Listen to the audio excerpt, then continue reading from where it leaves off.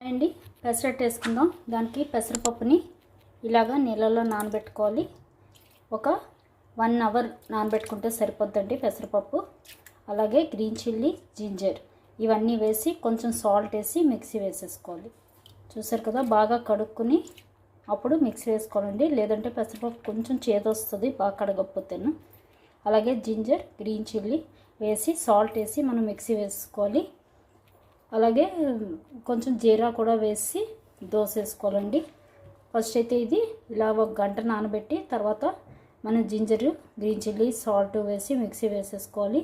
మెత్తగా మిక్సీ వేసుకున్నాక అంటే గరిటె జారుగా వేసుకోవాలి. దోశ వేసేటట్టుగా అందులో జీరా వేసేసుకోవాలి. పెసరట్టు రెడీ.